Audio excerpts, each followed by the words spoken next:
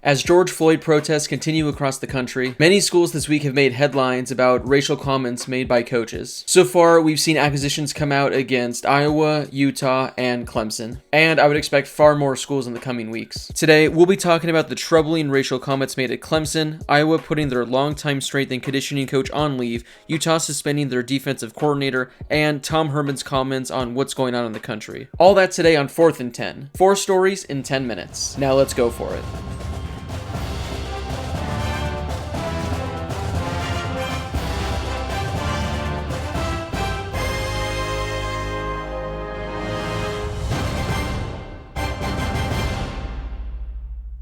We're going to start with Clemson, and boy, where do we begin? But let's start with what happened about a week ago. Now, if you've missed any of this, it's understandable because for whatever reason, this has been getting zero acknowledgement in the media. Also, there's a lot of names mentioned throughout this video, and I definitely know I'm not going to pronounce all of them the right way, so bear with me. I'm reading these names for the first time, so if I mispronounce a name, I'm sorry. Earlier this week, former Clemson player Kenyon Tuttle took issue to the way Clemson handled their stance on race relations. According to Tuttle, Clemson doesn't practice what it preaches when it comes to the issue. This is what he had to say about Dabo Swinney.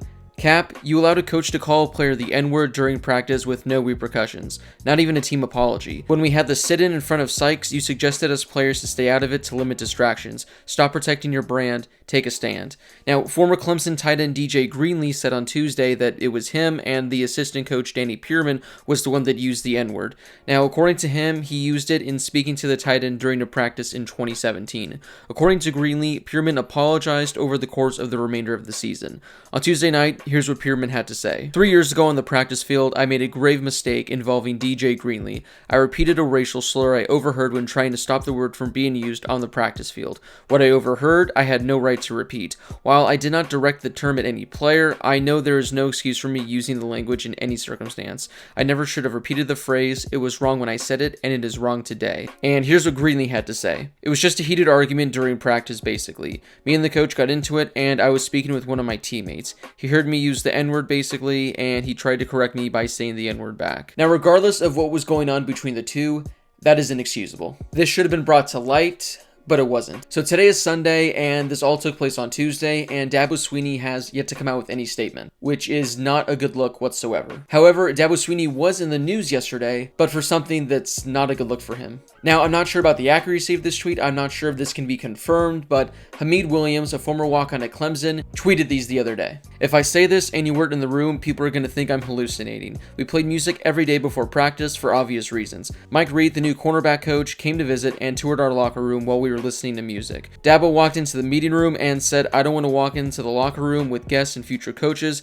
hearing this, that, in our house. Some people just walked out of the team meeting because they didn't want to hear his shit. Again, this could be a former player trying to create some drama, but why would you lie and accuse, Dabo Swinney of saying the N-word? I'm not exactly sure what he has to gain from this. If Dabo did say this, that is not okay. I don't care if Dabo was, referencing the music or any of that. It gives him no right. He easily could have said, turn off that music when I have guests in here. I don't like it loud. Simple enough. But no, he had to go out. He said the N-word, I guess, multiple times.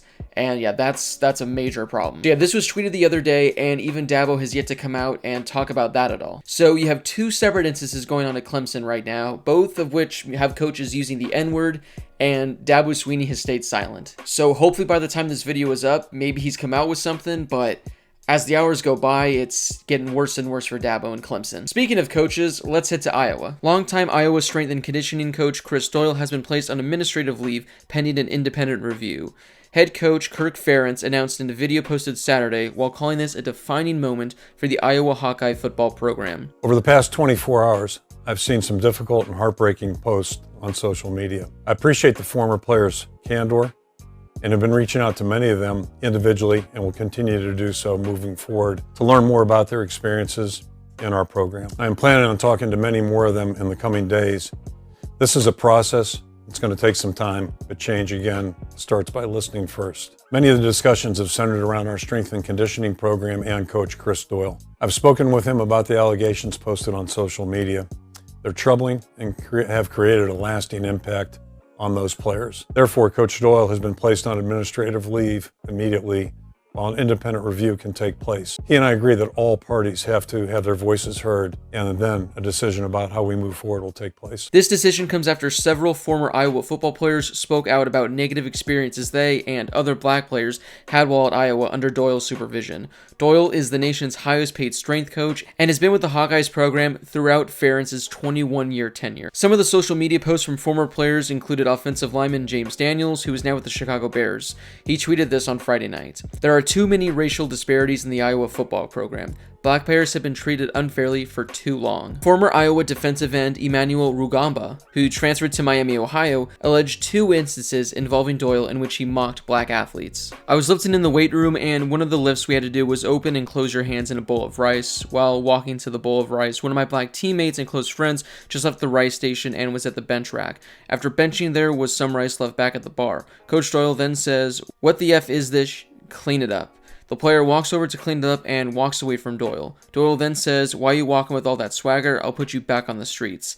The kid comes from a happy home with both parents. A separate incident happened before one of our team lifts. He asked the same player where he was the night before, and the player says, "My girl's house." Coach Doyle then pulls his pants halfway down to sag off his butt, turns his hat backwards, puts one hand in his pants, and starts to strut while mocking the player, saying, "I was at my girl's house." Former Hawkeyes linebacker Terrence Pryor said black athletes had to deal with many racist incidents during his time there, including an incident with Doyle in which he alleges the strength coach told him, "Maybe you should take up rowing or something, you know." Oh wait, black people don't like boats and water, do they? Here are some more tweets from more players. I remember when I used to wear my tank tops in the facility. I used to get called into the coach's office because I had too much tattoos and it wasn't the Iowa culture or the Iowa way. I remember whenever walking into the facility, it would be difficult for black players to walk around the facility and be themselves, as if the way you grew up was the wrong way or wasn't acceptable, and you would be judged by that and it would impact your playing time. I was one of the last guys at the time, still trying to get adjusted to the program, so I was rushed and wanted to catch back up with the team after weigh-ins were over. So I did not completely finish the water bottle that I had drunk and threw it away so I wouldn't be late. Coach Doyle saw that I had threw away an almost empty water bottle and forced me to dig my hand in the trash can in front of the team. Shortly after, he made a big scene about it as if I was being made an example of. I also had another encounter with Brian Ferentz later in my career. I had just gotten a brand new tattoo. I'm from Detroit, Michigan, where it is common expression of oneself to get tattoos. The tattoo is a picture of the city that I am from, where I grew up, and most of my memories leading up to this date. Coach had asked me exactly what my tattoo was of, and I explained it to him, for him to respond saying, "That is the stupidest thing I have ever seen." I'll just say Iowa is far from the program they seem to be the average person looking from the outside in. They are very prejudiced, and like James said, the black players are treated very unfairly, and that played a big part in me transferring. Being a black athlete at Iowa, you have to be mentally tough. You never know what experience you are going to have walking in that building daily. There's not one black player on that team who actually enjoys being at Iowa. We just endure it because we know the benefits that come with being an Iowa football player when it comes to the next level.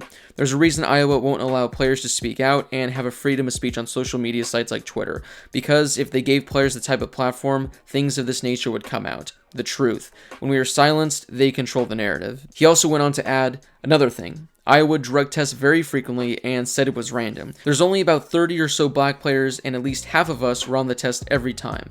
A white player who was my locker neighbor said he wasn't tested in almost 3 years.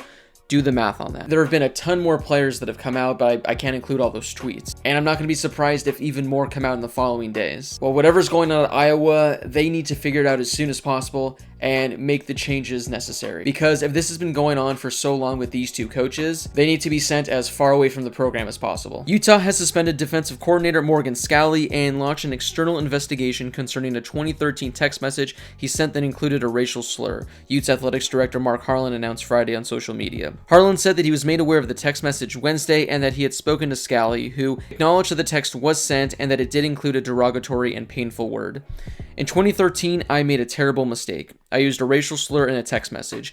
This language is offensive and hurtful to not only African American community, but to all. Immediately after sending it, I apologized to the recipient and his family. I am also heartbroken over the potential breach of trust with my fellow coaches and with the young men in our program, both past and present. Here's what head coach Kyle Whittingham had to add. I was disappointed and shocked to learn this week of a text message sent by Morgan Scalley in 2013 that contained a racial slur. I take very seriously the hurt, pain, and anger felt by African Americans and the power of words to inflict or deepen that pain. Although Although this incident is inconsistent with the character and conduct of the person I have known and worked closely with for more than 2 decades, Morgan's use of racist language is a very serious matter, and I am supportive of the suspension while a more thorough outside review is conducted. Former Utah cornerback Ryan Lacey said later Friday on Twitter that Scally directed a racial slur at him. I too was called a racial slur, the N-word, by this man in 2008, confronted him my senior year in 2013, held on to it 5 years and got a half-ass apology, more on terms of an excuse. He's a great coach, but needs to be a better man. Truth hurts, God bless. After 3 troubling stories, I think it's time for some good. There have been a lot of statements made by coaches and players over the past week, but Tom Herman arguably had one of the best, and one of the most powerful. There's a double standard, maybe a little bit. We're going to pack 100,000 people into DKR, and millions watch on TV that are predominantly white. Not all of them, certainly, but most of them are white. We're going to cheer when they score touchdowns, and we're going to hug our buddy when they get sacks or an interception. But are we going to let them date our daughter? Are we going to hire them in a position of power in our company? That's the question I have for America. You can't have it both ways. And if you're going to cheer them and love them for 3.5 hours on a Saturday in the fall, you better have the same feelings for them off the field because they're human beings. They deserve the same amount of respect and human rights that all of us do in this country when we agreed on the social contract to be a member of the United States. Now, I know a lot of people aren't fans of Tom Herman or of Texas, but you have to respect him for delivering this powerful message. He's right, you can't have double standards. If you're rooting for your favorite team and their players on a Saturday in the fall, you have to have the same feelings off the field. If you're a fan of any sport and if any of your favorite players are African Americans, you should show the same passion you feel towards them on the field to what's currently going on right now. If you cheer for your favorite player, cheer for what's going on and make your voice be heard and stand up for what's going on in this country. So Tom Herman, props to you for saying what you did. I know these are very troubling times in our country right now. What's taking place is awful. We all need to come together and better ourselves individually. Players now have a voice more than ever, and I am glad that they are finally standing up and letting their voices be heard. I don't think we're anywhere close to the end. In fact, I think we're only at the beginning. But seeing these players stand up, take to Twitter, and bring to light what's going on behind closed doors, I fully respect that, and I'm proud that this is finally happening. Thank you guys so much for watching. If you enjoyed this video, don't forget to give it a thumbs up. And if you're brand new to the channel, make sure to hit that subscribe button. That way you can get tons more college football content in the coming weeks and months. As always, thank you guys so much for watching, and I'll see you all very soon.